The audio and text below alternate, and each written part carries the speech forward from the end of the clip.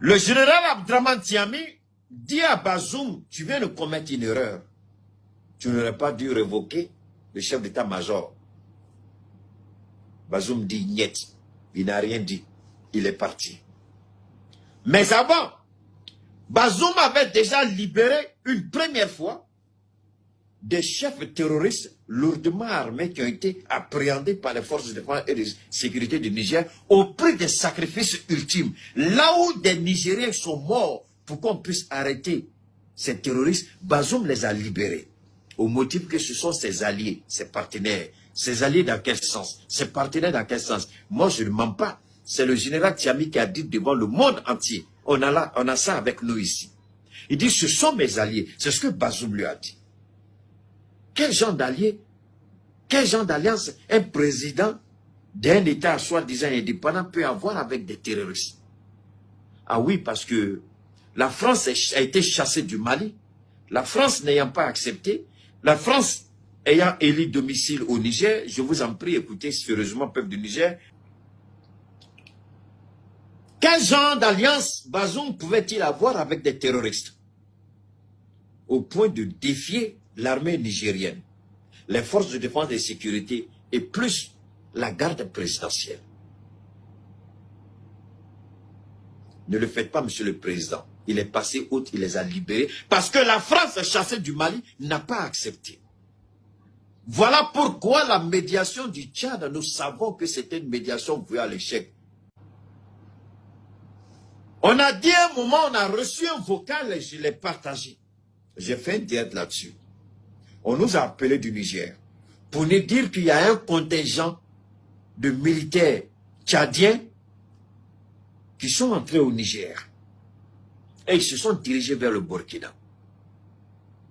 C'était juste avant que le fils de Dibi libère les soi-disant rebelles qui auraient tué son père.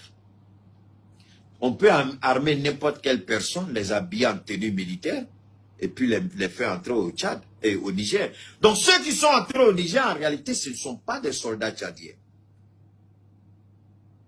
C'était des terroristes habillés en uniforme militaire tchadien, qu'on a orienté vers le Burkina Faso. Dans la même période, au Niger toujours, l'armée française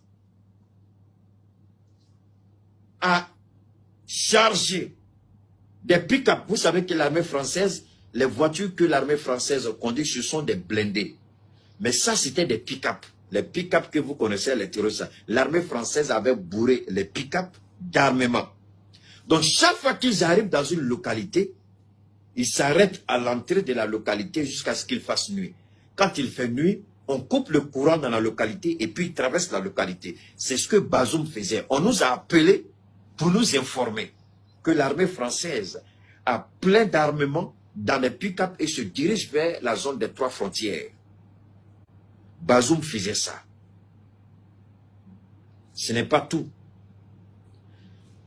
Lorsque Bazoum a libéré les chefs terroristes, ils ont arrêté les soldats, pendant leur confrontation. Les soldats qui ont été capturés par les terroristes, ils ont filmé et on les a liquidés. Le général Tiami a pris les photos.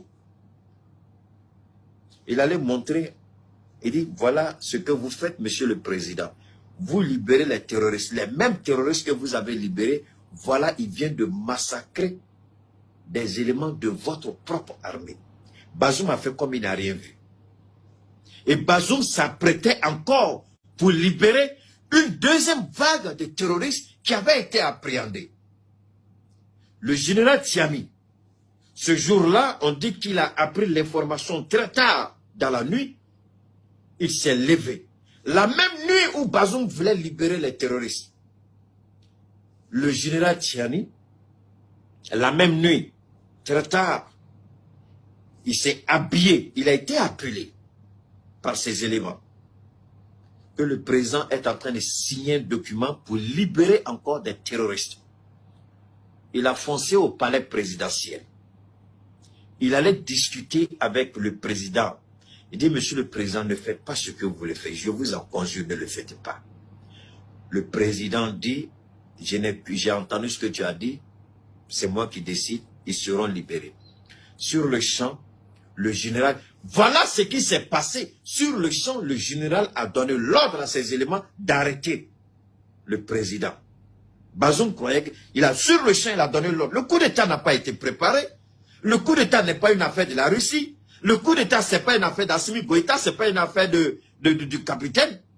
C'est un fils du Niger qui ne pouvait plus garder le silence. C'est un fils du Niger qui a dit trop c'est trop. C'est un fils du Niger qui voyait ses frères mourir par la faute du président Bazoum. Sur le champ, il a donné l'ordre à ses éléments d'arrêter le président. Ils ont arrêté le président. C'était aux environs de 2 h du matin. J'ai un administrateur qui est en ligne, qui peut Bachili, il peut témoigner. La même nuit, Bazoum a été arrêté. Voilà comment le coup d'État, le soi-disant coup d'État, voilà comment c'est survenu. Et ça, c'est quelqu'un qui est au parfum de tout. Et lorsque l'armée, au réveil le matin, lorsque l'armée a dit qu'il faut libérer le président, sinon ils vont lancer une attaque. Pendant ce temps, je vous ai dit que le général Tiami, un homme de terrain, un homme d'expérience, un homme de...